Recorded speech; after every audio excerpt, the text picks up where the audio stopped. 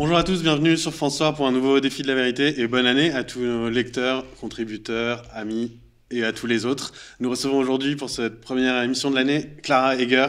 Bonjour. Bonjour Humbert, bonjour à tous. Bienvenue et merci de revenir sur notre plateau. Vous étiez venu il y a environ 6 mois alors que Espoir RIC 2022, le mouvement que vous promouvez, se lançait à peine.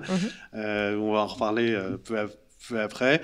L'année a démarré en fanfare avec une déclaration choc d'Emmanuel Macron qui, quelques jours à peine après avoir fait état de son envie de bienveillance, confessé une certaine maladresse et juré qu'on ne l'y reprendrait plus, a déclaré qu'il souhaitait donc la fameuse phrase emmerder les Français non vaccinés. Mais il y a une autre phrase peut-être plus grave encore qu'il a dite, qui était « un irresponsable n'est plus un citoyen ».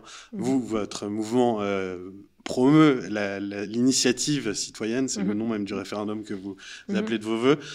Comment avez-vous reçu cette phrase, vous-même et puis les gens qui vous accompagnent dans vos projets ?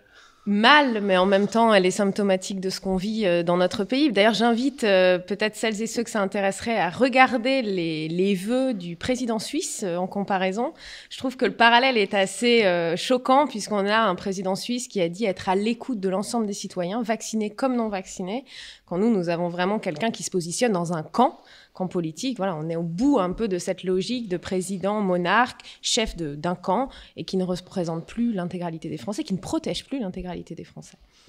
Donc la formule ne vous a surpris qu'à moitié, dans le sens où elle illustrait une réalité que vous aviez déjà diagnostiquée. Ouais. Mais l'absence de réaction, c'est-à-dire, j'en parlais justement hier avec un journaliste, il y a quand même un silence assourdissant. C'est-à-dire, il est devenu acceptable qu'un président tienne de tels propos. Je veux dire, il devrait y avoir une levée de bouclier pour dire, mais comment est-il possible que ces propos se tiennent ? Dans une certaine mesure, mais quand même, en tout cas, dans une série de médias, on a un grand nombre de politiques qui sont en campagne, donc ils réagissent aussi parce que c'est une façon d'attaquer un candidat non proclamé, mais c'est une très, très mauvaise nouvelle, une mauvaise nouvelle de plus pour la qualité de la démocratie dans notre pays. Alors, l'initiative citoyenne, vous l'aviez expliqué la dernière fois, vous aviez une clé de voûte de votre projet qui est donc l'instauration d'un référendum d'initiative citoyenne pour restaurer la souveraineté démocratique en France. Dans notre pays, on n'a pas voté pour un référendum depuis 2005. Est-ce que, concrètement, de façon opérationnelle, vous, dans la gestion sanitaire, avec toutes ces inconnues, tous ces aléas, vous auriez pu utiliser cet outil et comment vous l'auriez fait ? Oui, alors... je voulais peut-être apporter une série de précisions. Alors, le projet d'Espoir RIC, c'est un RIC un peu particulier. Je l'appellerais un RIC en or. C'est le RIC constituant. Donc, c'est l'idée que les citoyens aient la main sur la Constitution, qui est le texte juridique le plus fondamental de notre pays, qui nous protège même des ingérences de l'Europe. Donc, quand on a le RIC constituant, et je le dis parce que beaucoup de candidats s'engagent sur des RIC, un RIC, on ne sait pas trop d'ailleurs, le mot est dans les programmes en petits caractères, mais on ne sait pas bien qu'est-ce que ça implique. Le RIC constituant, ça implique que les citoyens deviennent les patrons des élus. Point. Quand on a la possibilité de changer la Constitution, on a la possibilité de gouverner les élus, changer les règles de la représentation. Donc, en termes de crise sanitaire, ça aurait changé beaucoup de choses. D'ailleurs, il suffit de regarder ce qui se passe chez nos voisins suisses, qui ont voté récemment, alors 2 fois, sur la loi Covid, 1 fois sur l'instauration du pass sanitaire. Donc, quand on a l'initiative citoyenne, alors vous disiez, l'auriez-vous utilisé ? C'est pas moi, en fait. Les citoyens l'auraient utilisé, mais surtout, et ça c'est important, c'est que quand les élus vivent avec cette épée de Damoclès au-dessus de la tête, cette crainte que chacune de leurs décisions peut être défaite par référendum, eh bien alors ils ne gouvernent pas du tout de la façon dont aujourd'hui La République En Marche et Emmanuel Macron gouvernent. En fait, ils gouvernent dans la peur des citoyens.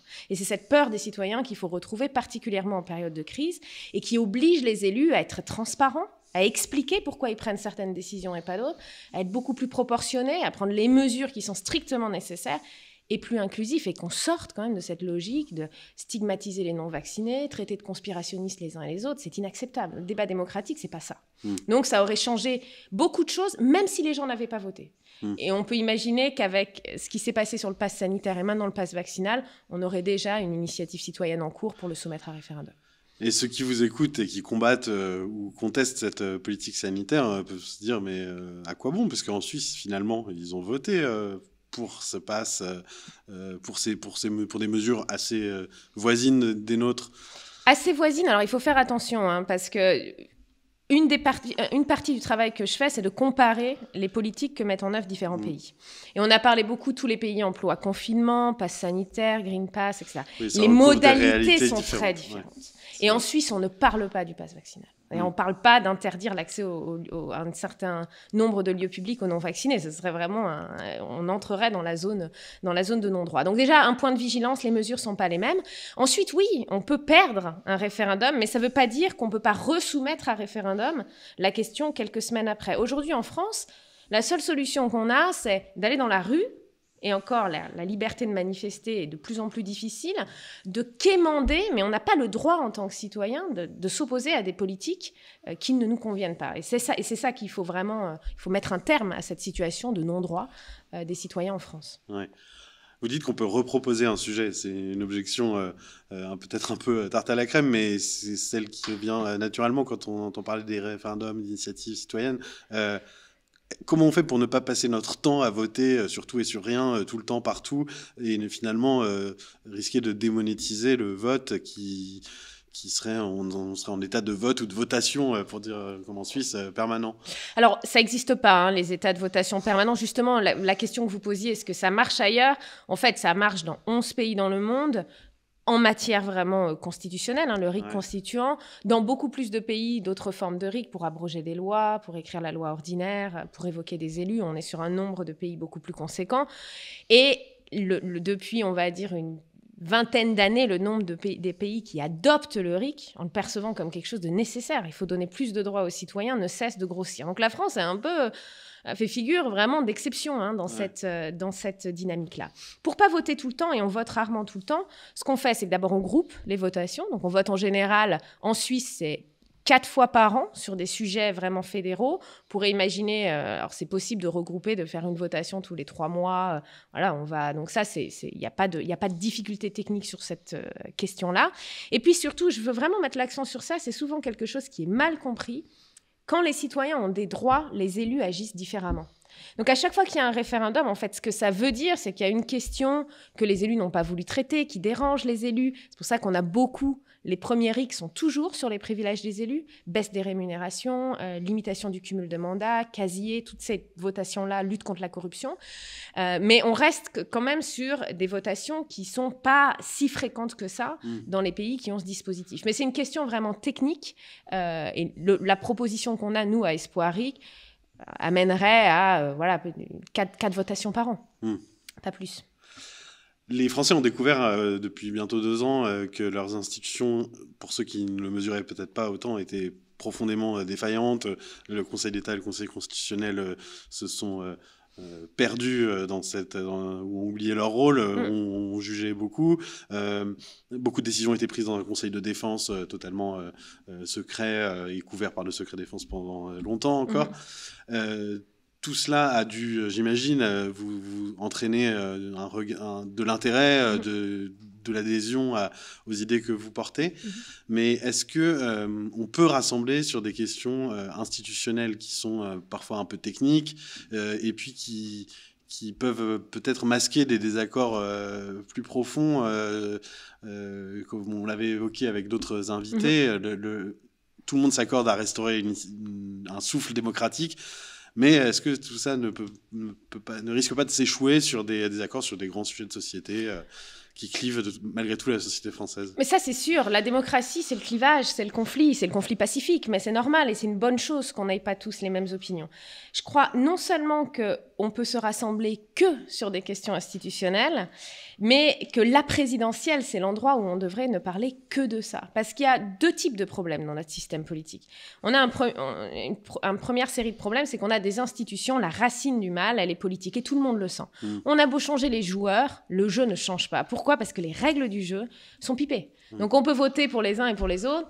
Au final, la vie ne change pas. Pourquoi ? Parce qu'en tant que citoyen, on manque de droits, et on manque d'un droit fondamental qui est celui de contrôler les règles du jeu politique. Ça, c'est la première chose. La deuxième chose, c'est qu'on a aussi quand même des élus qui, depuis plusieurs années, s'affranchissent complètement des contraintes constitutionnelles et institutionnelles. L'exemple, c'est le président de la République, qui dans notre pays n'est pas censé gouverner, qui est une figure de rassemblement, d'arbitrage. Et on a une série de candidats qui disent « Oui, mais les Français ne comprennent pas ça. Vous savez, ils veulent pas ça, ils aiment bien un leader, un autocrate. Ils aiment être soumis, les Français. » Le projet d'Espoir X, c'est dire ça, c'est faux. On ne peut pas le dire. Cessez de parler au nom des Français, alors que depuis plusieurs années, l'offre politique, en fait, on a beau dire, c'est pas fondamentalement différent. On est sur des figures qui décident de s'asseoir sur les contraintes institutionnelles. Et ce qu'on a de commun, nous, citoyens, c'est de subir cette situation-là. Ouais. Et donc, je crois que c'est le seul sujet au présidentiel sur lequel on peut s'unir et qu'on doit porter au présidentiel. Parce que quand on est un mouvement citoyen, on est là pour rappeler à l'ordre les candidats et dire « la fête est finie, le cirque électoral est terminé ». Ce qu'on attend de vous, c'est d'au moins connaître la fiche de poste à laquelle vous vous présentez. Un président de la République, c'est pas un Premier ministre, c'est pas un député. On pourra avoir des désaccords législatifs, c'est là qu'on va débattre des projets de société. Mais je vous assure, si on a une démocratie qui fonctionne, déjà, on change la vie de nos concitoyens bien plus que si on alterne les figures au pouvoir. La campagne présidentielle s'est lancée. Vous croyez vraiment qu'elle pourra se jouer sur ces questions-là? Parce qu'en général, c'est souvent des sujets économiques ou des sujets de société, ou les deux, qui s'imposent. Et puis même des partis qui ont des projets institutionnels. Je pense par exemple à la France Insoumise qui promeut une 6e République, propose en tout cas, mais ce n'est pas le fonds de commerce probablement le plus vendeur pour son électorat. Elle prospère plutôt sur d'autres thèmes comme les injustices économiques ou autres. Est-ce que ce genre d'exemple, mais il y en a d'autres, ne vous fait pas peur sur le côté peu vendeur d'un point de vue électoral de ces thèmes? Moi, ce que je vois, c'est qu'aujourd'hui, on s'était vu il y a 6 mois et on se voyait, Espoir Ric commençait, on commençait la collecte de parrainage. 6 mois ont passé et aujourd'hui, on est sur un mouvement qui a grossi, mais au-delà de mes espérances. C'est-à-dire, on a créé des liens. Vous avez reçu le collectif des maires résistants, qui est vraiment un collectif avec lequel nous, on a beaucoup de proximité, parce qu'on se rejoint sur les séries de constats. Donc, il y a une dynamique, il y a une lame de fond qui se crée. Espoir Ric a grossi. Et moi, ce que j'entends, le mot que j'entends le plus, c'est « enfin ». Enfin, dans cette campagne, on va parler des vrais sujets. Et d'ailleurs, la présence d'un mouvement comme Espoir Ric, qui met la pression sur ces sujets, oblige les uns et les autres à... Vous citiez la France Insoumise. La France Insoumise, Mélenchon a changé sa position sur l'Europe. Bon, j'ai la faiblesse de penser que c'est aussi parce qu'on a été là pour marteler et démonter un certain nombre de contre-vérités qui sont dites dans notre pays sur le lien entre l'Europe et la Constitution française. Donc, être là, ça permet de pousser ces sujets et de dire voilà, ce qu'on a en commun. La démocratie, c'est les fondations d'une maison. Vous pouvez monter, on peut vous vendre tous les murs les plus magnifiques possibles. Si les fondations sont pourries, vos murs s'effondrent. Les fondations, c'est la démocratie. Personne ne souhaite en parler. Les élus ne souhaitent pas en parler. Pourquoi? Parce que ce qu'on va toucher du doigt, c'est leur privilège. Ouais. Et c'est le contrôle auquel on veut les soumettre. Donc, il faut être là, il faut être présent pour pousser ce sujet-là le plus possible. Vous êtes bien accueillis, vous avez le sentiment que ce que vous proposez répond à une espérance de leur part, ou au contraire, ils sont totalement détachés du jeu politique et même vous, ils ne veulent même pas entendre parler de... Non, ils ne sont pas... les maires, et je crois que c'est aussi pour ça que nous avons vu d'un très bon œil le collectif des maires résistants, parce que ce dont les maires doivent prendre conscience, c'est qu'ils sont la clé du changement. C'est-à-dire que leur rôle de parrainage permettra de faire émerger de vrais contre-projets. Or, aujourd'hui, ils sont seulement 28% à parrainer des candidats. Donc moi, la demande que je leur fais, c'est vraiment de dire, si c'est pas moi, un autre, mais parrainer, vous pouvez pas déplorer l'abstentionnisme, enfin le fait que les Français ne votent plus, et voter nettement moins que les Français, puisque si on considère que le parrainage est un vote, 28% de participation, c'est quand même assez faible comme nombre de parrainages. Nous, on est bien reçus. Pourquoi? Parce qu'on se rejoint avec un certain nombre de constats, et ces constats, ils sont doubles. C'est le fait que, aujourd'hui, quand on est un maire d'une petite commune, loin de Paris, on ne pèse plus rien. Et la situation d'un maire est assez proche de la situation d'un citoyen. Aujourd'hui, les pouvoirs des maires se sont amenuisés complètement. Ils subissent des décisions, on leur demande de les exécuter. Et un maire me disait, puis après, on nous demande de ramener à la participation électorale des citoyens. On marche sur la tête. Donc ça, on se rejoint. On se rejoint aussi sur la nécessité de sortir d'une figure présidentielle qui écrase toute la vie politique, où on n'a plus d'arbitre, mais on a quelqu'un qui joue attaquant et qui attaque au nom d'un camp politique. Donc ça, on se rejoint là-dessus. Après, il y a des freins. Les freins les plus forts, c'est souvent ce qu'on entend, c'est très intéressant, mais moi, je ne parraine pas. Je ne parraine pas parce que je ne veux pas trop d'ennuis auprès des citoyens. Et c'est là où s'allier sur la démocratie, ça permet d'avoir quand même une proposition. 75% des Français aujourd'hui sont en faveur du référendum d'initiative citoyenne. Donc avoir un projet vraiment ciblé sur la démocratie, sur ce qui nous rassemble, ça permet de soulever des craintes sur cette question de, voilà, est-ce que les habitants de ma commune, sur des petites communes, vont être insatisfaits. C'est difficile, c'est très difficile, c'est pas impossible, mais il faut vraiment un changement aussi d'esprit des maires et qu'ils comprennent que la balle est dans leur camp, en fait. Et le fait qu'ils ne parrainent pas en masse depuis plusieurs années, c'est un déni de démocratie pour les citoyens en bout de course. Et en voulant éviter les ennuis, c'est le fait de ne pas parrainer qui, in fine, leur attire des ennuis. Ouais, c'est ce que vous leur dites. C'est ce que... on essaye de dire que, voilà, c'est... Oui, maintenant, on a en tout cas un propos qui est plus offensif, alors jamais agressif, mais en tout cas plus offensif sur le fait de rappeler à l'ordre. C'est un devoir d'élu de parrainer. Et qu'ils choisissent le projet qu'ils souhaitent parrainer, mais qu'ils le fassent, parce que sinon... on a un filtrage des propositions et on se retrouve encore avec les mêmes qui n'ont pas ni la volonté, ni véritablement le projet qui permettra de changer la donne dans notre pays. On a reçu beaucoup de leaders ou membres, porte-parole de diverses initiatives citoyennes, c'est un label qui veut beaucoup dire, mais voilà, en gros, faute de mieux, on peut les résumer comme ça, dont le collectif des maires résistants que vous avez évoqué. Tous ou presque appellent à une forme d'union, de rassemblement. Comment cette union peut-elle se faire, puisque tous prennent acte que les politiques déjà élus ou déjà installés dans des partis n'en sont pas vraiment capables. Donc comment peut-elle se faire, et peut-elle se faire sans une forme de cacophonie comment peut-elle se faire aussi avec une voix unifiée sur l'essentiel peut-être, mais je crois que aujourd'hui les discussions ont lieu. Est-ce que ça débouchera sur quelque chose ? Je ne sais pas. Mais en tout cas, elles ont lieu. Et voilà, c'était je pense qu'il faudra s'allier et espérer avoir au moins un candidat citoyen fin janvier. Moi, je ne peux pas vous cacher que j'ai des craintes. Mes craintes, elles sont doubles. Alors la première, c'est qu'au sein d'Espoir RIC, nous, ce qu'on met en avant, c'est les droits des citoyens. Et on pense que ça doit être la première mesure, c'est de permettre aux citoyens d'écrire la loi constitutionnelle et de voter directement les modifications constitutionnelles, donc d'être au-dessus des élus. Donc nous, on ne se désistera que pour un mouvement qui prend des engagements clairs sur celui-là. Et ça, c'est une mesure qui peut être mise en place sans gagner les législatives. C'est-à-dire un président élu, au lendemain de son élection, peut mettre sur l'agenda un référendum qui ouvre ce droit aux citoyens. Donc nous, on a un calendrier, une proposition précise. Le diable est dans les détails. On a, sur les pays qui pratiquent le RIC, la moitié long dans la Constitution comme une possibilité. Ça ne fonctionne pas parce que les modalités sont tellement contraignantes que les citoyens ne peuvent pas l'utiliser. C'est un gadget qu'on leur a cédé. Donc ça, c'est les deux aspects. S'ajoute à ça, nous, pour rendre la promesse très crédible, on a ajouté un petit un contrat sous huissier dans lequel, donc moi, si Espoir RIC avait les parrainages, je m'engagerais sur mes biens privés à mettre en place cette mesure. Et si je ne le fais pas, voilà, je perds mes biens. L'autre chose qui m'inquiète, c'est qu'on a quand même des leçons des pays voisins sur ce que c'est qu'un mouvement citoyen et comment il peut changer la donne. Je pense à l'Italie, parce que je pense au mouvement 5 étoiles, qui est quand même un des mouvements qui a transformé l'essai le mieux, mais il a fait une erreur fondamentale, c'est de n'avoir pas mis la question de la démocratie au centre et de s'être perdu dans le jeu politique. Ma crainte, c'est celle-là. C'est qu'on ait une série de mouvements citoyens, et c'est pour ça que je vois d'un très bon œil l'initiative des collectifs des maires résistants, parce qu'il n'y a pas cette erreur-là. L'erreur, c'est de dire, on va jouer les règles d'un parti politique classique. On va avoir des programmes fleuves, alors qu'on sait que ça ne relève pas du pouvoir du président et qu'à ce jeu-là, on est perdant. L'histoire nous l'a appris, les mouvements citoyens ne peuvent pas se transformer en boutique politique, parce que quand ils se transforment en boutique politique, ils deviennent des partis comme les autres.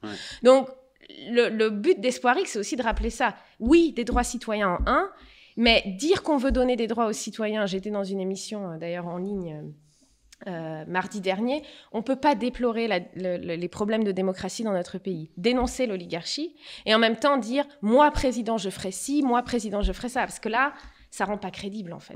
Si on est pour des droits des citoyens, on a un président qui doit être en retrait et laisser aux législatives la possibilité d'avoir des affrontements sur des projets de société.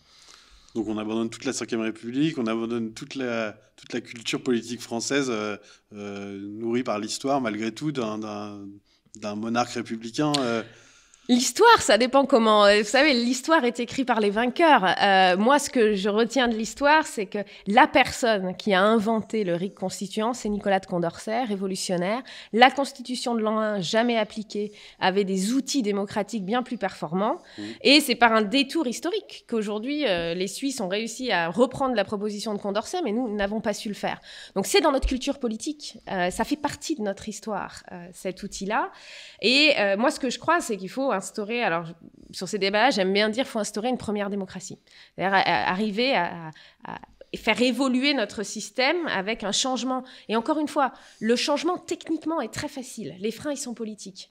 On peut facilement instaurer un plus grand pouvoir des citoyens dans la constitution de la 5e telle qu'elle est. Bien sûr, en le faisant, on change complètement de régime politique, mais on permet de créer un système où les citoyens arrêtent de subir et deviennent vraiment les patrons, ceux qui ont les clés en main de leur système et de leur avenir.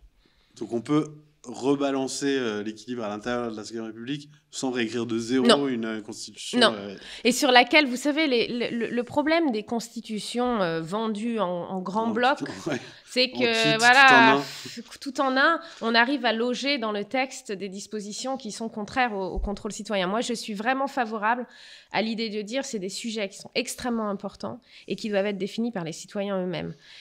C'est absurde quand on y pense qu'aujourd'hui, un député qui représente au mieux, s'il est bien élu, 80 000 citoyens, a le droit de faire une proposition de loi, quand 80 000 citoyens n'ont pas le droit de le faire. Ils sont dans cet état de minorité permanente, c'est des petits, et il faut toujours un élu qui les appuie dans leur rôle. Donc il faut sortir de ça, il faut faire sauter ça, et heureusement, j'ai envie de dire, il n'y a pas de frein technique. On pourrait se retrouver dans une situation où c'est très compliqué parce que techniquement, on ne peut pas le faire.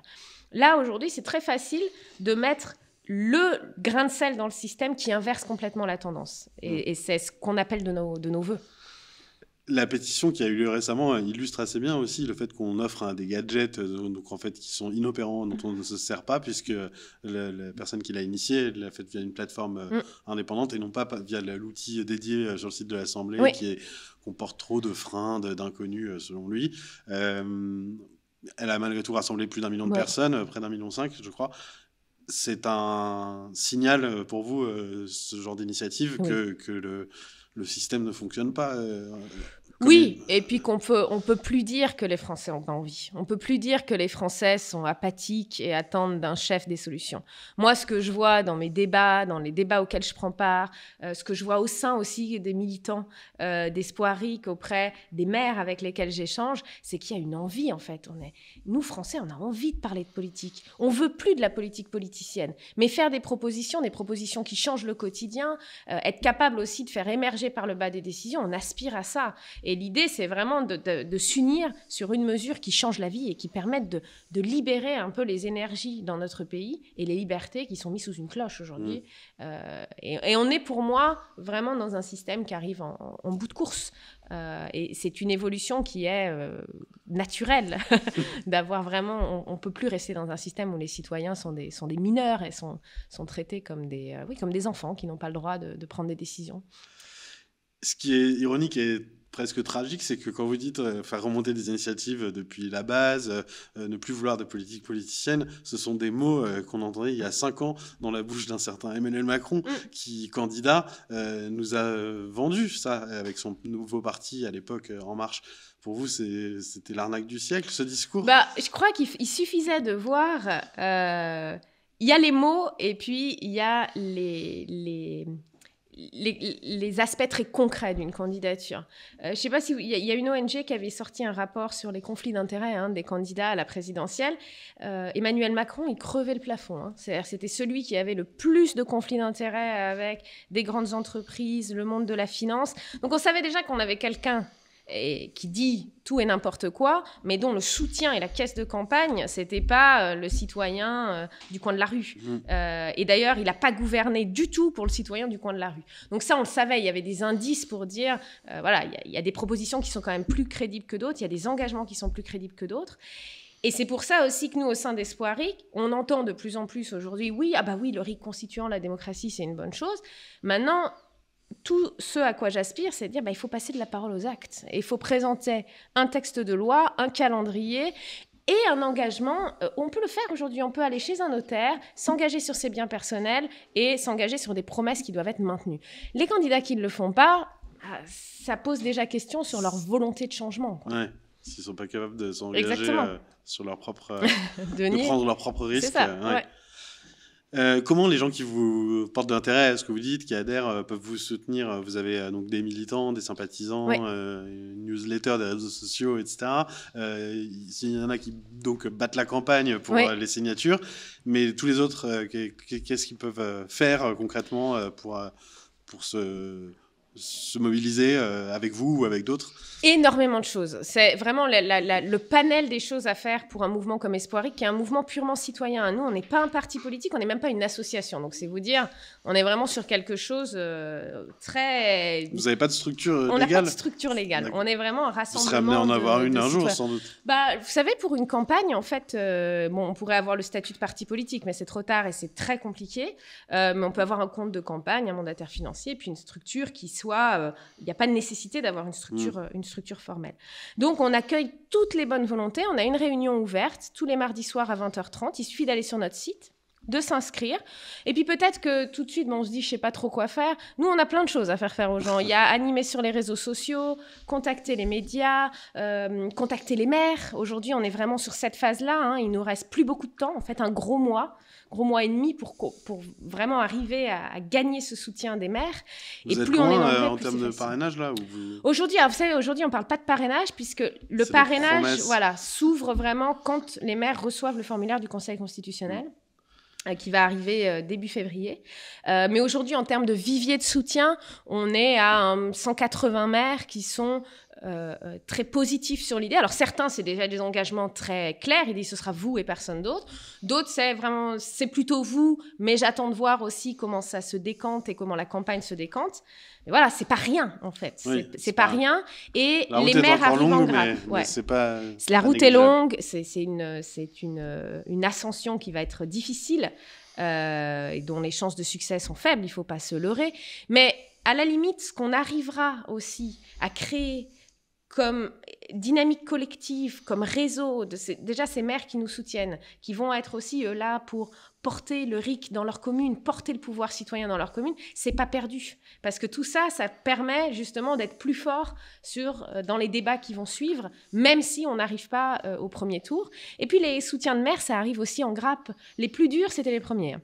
Maintenant, une fois qu'on arrive à... Et il y a personne n'est mieux placé qu'un habitant de sa commune pour contacter son maire. Ouais. Et pour dans la boulangerie, alors surtout dans les petites communes, pour le prendre à partie et dire alors, qui vous allez parrainer, comment moi je soutiens ce projet. Donc on a vraiment toute une série de missions pour les personnes qui voudraient nous soutenir. Il ne faut pas hésiter à venir le mardi soir, nous parler, nous rencontrer et échanger sur le projet. Une dernière question, même si votre projet dépasse largement cela, malgré tout, dans le quotidien des Français, c'est une question qui les préoccupe ou les embête ou les emmerde, pour reprendre un terme présidentiel, de très près, la politique sanitaire, vaccinale et autres. Est-ce que, pour bien situer votre position, ce que vous contestez là-dedans, c'est le fond de la politique ou uniquement le fait qu'elle ne soit pas menée selon des principes démocratiques avec les outils que vous réclamez? Mais les deux sont liés, en fait. C'est-à-dire que quand... Ma première objection, elle est de type... formel. C'est-à-dire de dire il n'est pas normal aujourd'hui, c'est anormal, qu'on se soit habitué à avoir notre quotidien rythmé par un conseil de sécurité et de défense dont personne ne sait rien. Ni la composition, ni les comptes rendus, on ne sait pas comment les arbitrages sont faits, on ne sait rien. Mais on attend chaque fois, on regarde, on lit qu'est-ce qui va se passer, est-ce que demain j'aurai le droit d'aller prendre un verre, prendre un café avec... Assis ou debout. Et assis ou debout. Donc ça, il y a vraiment cet aspect-là. Et parce que ces mesures ne sont pas transparentes, ne sont pas démocratiques, alors elles tapent dur. Vous savez que dans les études que j'ai menées sur les politiques du Covid, le premier prédicteur de la sévérité, donc du caractère vraiment intrusif des mesures de gestion de crise, c'est pas la gravité de la crise sanitaire. c'est la qualité de la démocratie. Ouais. C'est-à-dire, quand on a des élus sans aucune contrainte, eh bien, ils agissent sans aucune contrainte. C'est-à-dire, ils font des politiques qui sont disproportionnées. Pourquoi ? Parce qu'ils sont dans une situation de non-droit citoyen. Les citoyens n'ont pas de droit, donc on peut leur marcher dessus. Voilà. Et donc, le fond et la forme sont liés. C'est ce que...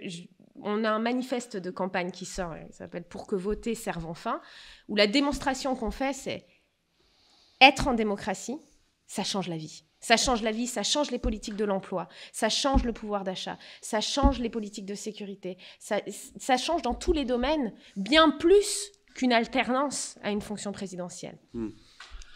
Pour que voter serve enfin, donc ce sera votre manifeste qui sortira dans quelques semaines. Voilà, c'est ça, début février, fin janvier, début février. Dans la dernière ligne droite de la course au parrainage. Merci beaucoup, Clara Egger, merci Humbert, merci à tous. Sur le plateau du Défi de la Vérité. Merci à tous d'avoir suivi cette émission. N'hésitez pas à réagir, commenter et la partager. Et à bientôt sur francesoir.fr. Au revoir.